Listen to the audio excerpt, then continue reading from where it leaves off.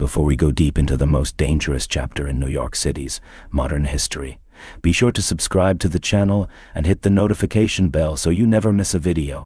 Today's topic is intense, jaw-dropping, and to be honest, almost unbelievable. But every word of what you're about to hear is true. Let me ask you something. When you think of New York City in the 90s, do you picture Wall Street? Maybe Friends and Seinfeld? What if I told you that, in the early 1990s, New York was considered the most violent city in America? Would you believe that murders were so common people stopped reacting to gunshots?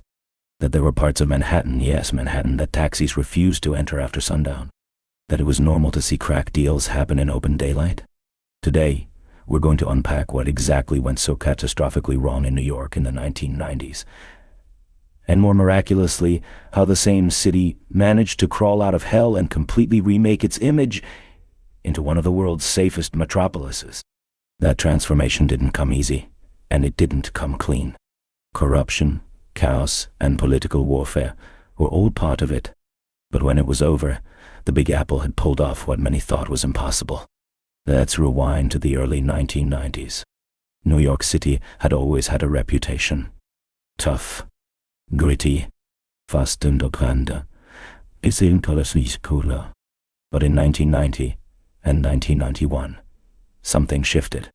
Crime didn't just feel scary, it felt apocalyptic. That year, the city recorded over 2,200 murders. That's not a typo. In 1 year, an average of 6 people murdered every single day in New York City. And it wasn't only the murder rate. Every major crime indicator was flashing red. Rape, punterida, Fwajipробazdi, robbery dash, assault, dirin, carjackings, punsta, break-ins, duga. It was all spiraling upward. Walk a few blocks in the wrong direction and you risked getting mugged or shot. The subways were covered in graffiti, and even during daylight, trains were occasionally emptied by pickpockets, slashers, and roving crews of teenagers out to instill fear. The nightly news was a horror reel. Faces of the dead, but devastated families, crime scenes soaked in blood, surrounded by tired detectives and numb neighbors. One of the most notorious cases was the murder of Brian Watkins in 1990, a 22-year-old visiting the city from Utah. He was killed on a subway platform, trying to defend his mother from a gang of teens, robbing tourists during the U.S. Open. The killing made international headlines and became a symbol of what New York had become: senseless, dangerous, and out of control. But how did New York reach this breaking point? A big part of it was crack cocaine. In the mid to late 1980s, crack hit New York like a nuclear bomb. It was cheap, addictive, and devastating. Territories were carved out by rival gangs in city housing projects and street corners. And because it was a high-profit, low-risk business, young men were drawn into it by the thousands. And when there's competition in the drug trade, violence isn't just likely, it's expected. Entire neighborhoods became de facto war zones. Brooklyn's East New York, the South Bronx, Upper Harlem. These areas saw unprecedented levels of shootings. Children caught in crossfires. Teenagers carrying guns to school. Hospitals flooded with gunshot and stabbing victims on a nightly basis. Gangs like the Latin Kings, the Bloods, and the Crips grew their street presence. But what's often forgotten is that New York's crime in the 90s wasn't just about gangs. It was also about poverty, disinvestment, and years of failed policies. The city was still reeling from a near bankruptcy in the 1970s, and entire neighborhoods were left to rot. Landlords burned their own buildings for insurance money. Police were understaffed and stretched thin. And worst of all, people had stopped believing it could get better. By the end of the 80s and into the early 90s, the NYPD had earned a reputation for corruption and inefficiency. Investigations revealed entire units deeply entwined with drug dealers. In some precincts, nobody trusted the cops, not just because of police brutality or racism, which were constant sources of tension, but because the police themselves were often indistinguishable from the criminals. Reports of officers shaking down dealers, stealing drugs, and reselling weapons were not uncommon. The Mullen Commission, established in 1992, exposed widespread abuse and exploitation inside the force. The rot was that deep. It looked like a city falling in on itself. But then, something started to change. Slowly. At first it didn't seem like much. A new police commissioner. A new mayor. A new strategy. But a few seeds were being planted that would, for better or worse, completely change the course of New York's history. In 1994, Rudy Giuliani took office as mayor. Love him or hate him, Giuliani was determined to make crime his cornerstone issue. He brought in Police Commissioner William Bratton, who introduced a highly controversial concept known as broken windows policing. The idea was based on a social theory. If you allowed small crimes like graffiti or fare evasion to go unpunished, it sent a message that lawlessness was tolerated. By cracking down on the little things, you could prevent larger crimes from happening. So they started with graffiti, subway fare beaters, Ouija men, guys who would forcibly clean your windshield at a red light and intimidate you into paying. Arrests soared. Police presence swelled. Stop and frisk became widespread. And neighborhoods once considered lost causes began changing. Fast. At the same time, the NYPD launched a tech-based system called CompStat. Every week, top precinct commanders were forced to account for crime stats in their areas. Performance was tracked. Trends were followed in real time. Hotspot policing was born. If shootings spiked in one neighborhood, cops were redirected there immediately. It was data-driven, aggressive, and sometimes ruthless. But it worked, at least on paper. Between 1993 and 2000, the murder rate dropped by almost 70%. Robberies, burglaries, car thefts, all indicators fell dramatically. People began leaving their homes again. Businesses reopened on streets that had looked like war zones just years earlier. Tourists came back. Taxis returned to neighborhoods they had avoided since the 70s.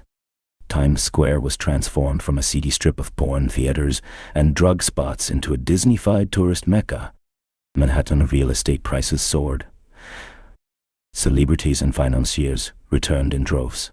And New York's image was reborn. From hell on earth to city of dreams. But the story doesn't end there. And it isn't that simple. The methods used to clean up New York in the 90s sparked massive controversy. Stop and frisk resulted in tens of thousands of mostly black and Latino men being pulled over, searched, and often arrested for minor infractions. Entire communities felt under siege. Police brutality complaints exploded. Trust between police and the public, especially in poor areas, arguably never recovered. In 1999, an unarmed West African immigrant named Amadou Diallo was shot 41 times by NYPD officers in the Bronx. Doc. They claimed they thought he had a gun. He was holding his wallet. The outrage was immediate. In 1997, Abner Louima, a Haitian man, was beaten and tortured in a Brooklyn precinct station house bathroom after being wrongly arrested. These were not isolated incidents.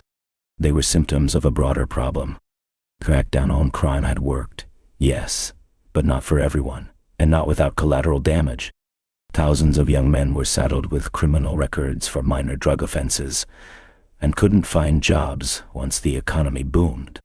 The city felt safer, statistically was safer, but also more divided. In hindsight, experts and historians still argue over what actually caused New York's crime drop in the 90s. Was it Giuliani and Bratton's aggressive policing? Was it the end of the crack epidemic? Was it that the young male population, statistically most likely to commit violent crime, was aging out? Some point to legalization of abortion in the 70s, arguing the Donahue-Levitt hypothesis that fewer unwanted children being born led to fewer criminals 20 years later.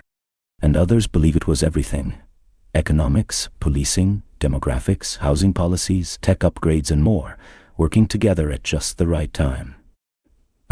The truth is, it's probably impossible to isolate a single cause. What is clear is that by the end of the 1990s, New York City was near unrecognizable compared to where it had started that decade. The transformation, was revolutionary. A place once written off as ungovernable was now being hailed as a model for urban revival. By 1999, the city's murder rate had dropped to under 700. Still significant, but nowhere near the bloodbaths of the early 90s. Property crime had plummeted. Subway ridership rebounded. Schools, although still troubled, no longer sat adjacent to open-air drug markets. New York was back, but some scars remained. The city's poorest communities bore the brunt of both the violence and the crackdown.